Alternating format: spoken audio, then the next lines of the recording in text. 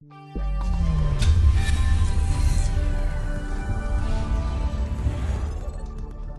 of course, in the blueprint, they talk about it's huge, right? Lots of technologies in there they say you need to know for T-shoot.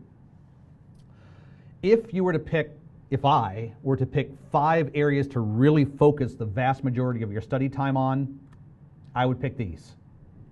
Routing protocol peering procedures. Make sure you know what could cause an EIGRP relationship or an OSPF relationship or a BGP relationship to fail. What do those routing protocols need for routers to talk to each other? What are all the things that could prevent that from happening? Both from an IPv4 and from an IPv6 perspective. Route redistribution, right? This is heavy in the route exam for CCNP. A lot of complexity with redistribution. What are the things that are required for redistribution to work, right? If redistribution is getting complex by using route maps or something, make sure you know, how does a route map work? How does the logic flow through the various sequences of a route map? Interpreting access lists. You might see some access lists with some really weird wildcard masks. And you need to know your TCP and UDP port numbers, because you might see an access list with a variety of port numbers and there might be a port number missing in there. Or there might be an ACL entry with a deny that's denying a certain port number that needs to be permitted. So make sure you're very familiar with interpreting how access lists work. Layer 2 configuration problems that could lead to disconnectivity, right? On a particular switch, there's a lot of stuff that could be misconfigured that could break connectivity between 2 devices. And switching security features, right? Within the CCNP switch exam, there's a variety of switching security features like DHCP snooping, dynamic ARP inspection, private VLANs. All of those things could prevent a ping from one device to another. One other thing I have here is a note to myself. Now, another thing you'd see in the real world potentially that you won't have to worry about on this exam. If I can't ping from one device to another, in the real world, it could be something like a physical layer problem, like a mismatched cable. I've got a crossover cable where a straight through cable should be. Or I've got a break in a cable. I've got like a unidirectional problem at layer 1. Those are the types of things that you won't have to troubleshoot here. I mean, when you think about this simulation, it can't really simulate low-level physical layer problems like laser light in a GBIC not working correctly, or the length of a cable being too long and there being too many collisions. That type of thing they can't really do in a T-shoot simulation. So although you would have to know how to recognize and diagnose that in a real network, that's not the kind of thing here. All the things you're going to see here are fixable via iOS commands.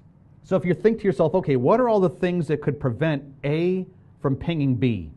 Well, all the possible problems are going to fall into one of 2 categories. There's things that you could fix via iOS configurations, and there's things that fall into every other bucket, right? Like bugs, right? Like physical layer issues. Those types of things you're not going to see here.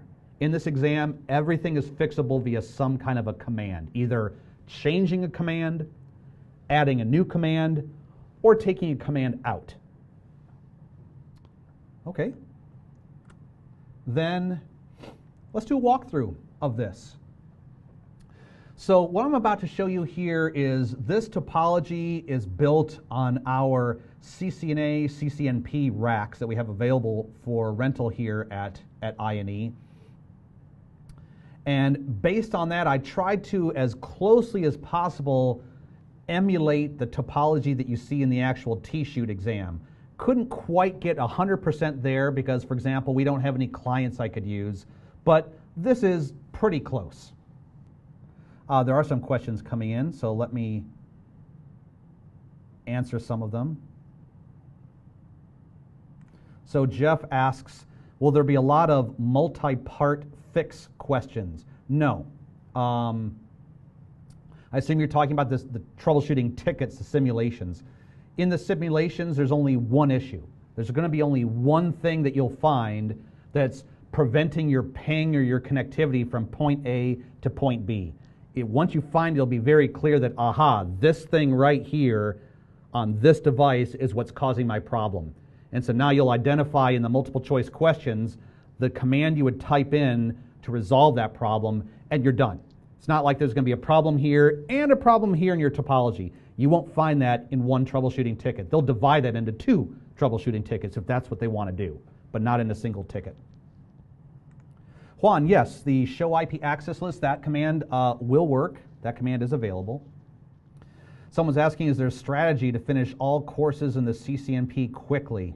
I'm afraid not. The CCNP is tough because you've got 3 separate exams you have to go through, route, switch, and T-shoot, and each one of those is going to take you months to prepare for.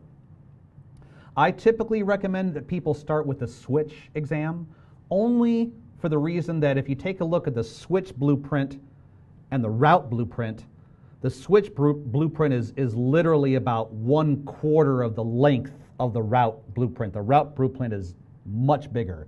So I personally find it easier to tackle the switch first because there's not as many quantity of things you have to know as opposed to route.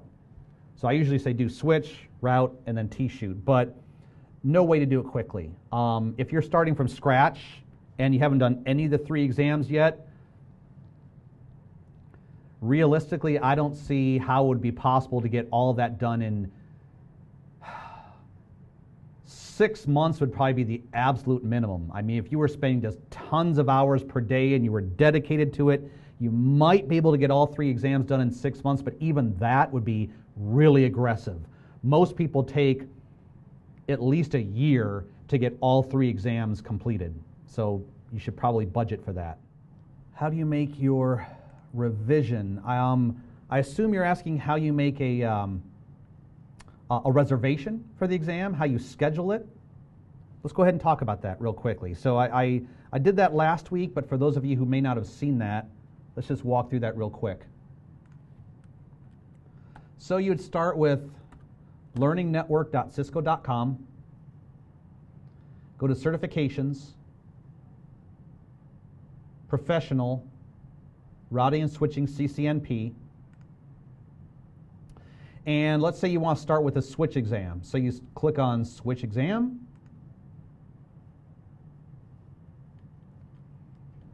and then where it says register for exam, you're going to click here where it says Pearson VUE. Pearson VUE, and Pearson VUE is a global company, so they're all over the place. And if you've never been on Pearson VUE's website before, you'll click on create an account, agree to their privacy policies, and then you'll type in all of your personal information, and that will end up creating an account for you. If you've already done it before, you'll click on sign in. I don't even know if I remember what my sign. Okay, good. It looks like it's cached here. All right, great. So once you've signed in, you'll click on View Exams. This is not an online exam. Online exam is like an exam you could take from the comfort of your own home on your computer. That's not what we're talking about here. So for an exam where you have to go to an actual certification center, a testing center, you'll click on where it says View Exams.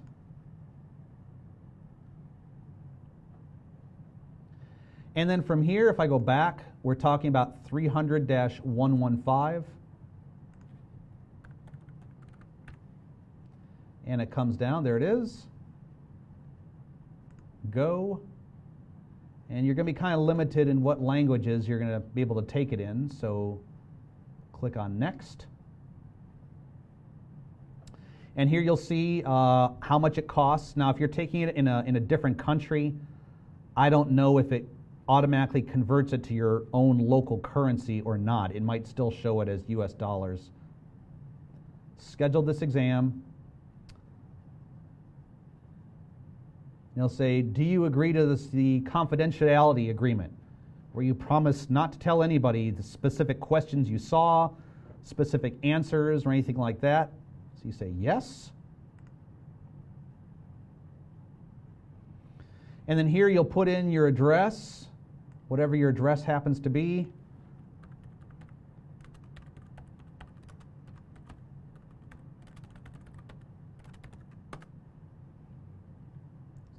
So this is the address of the INE location where I am. And it shows you the closest testing centers. Now, some of you guys, if you're not in the United States, you might have to drive a while. I've been told by some people that the closest testing center was like an 8-hour drive away from where they were. So I apologize if that's the case, but you'll find the closest location.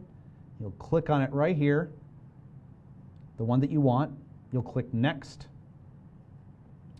And then you'll select a date, an available date. You know, I want to do it on, May 12th, let's say. And then you'll see the available times that you can take it from. Let's say 12:15.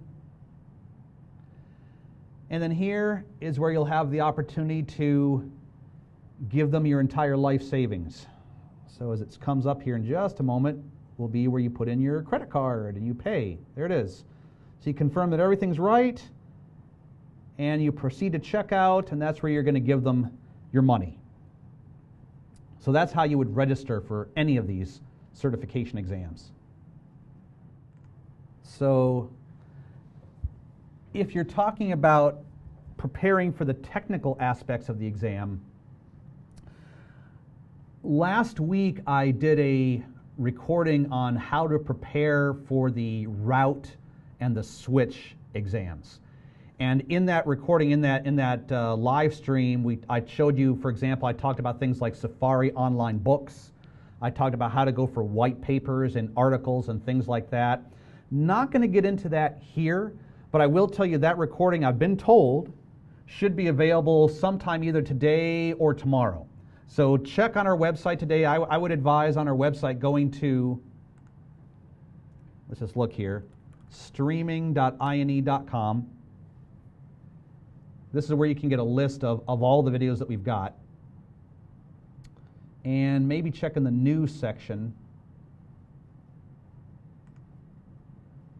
I don't think it's up quite yet, but somewhere in here,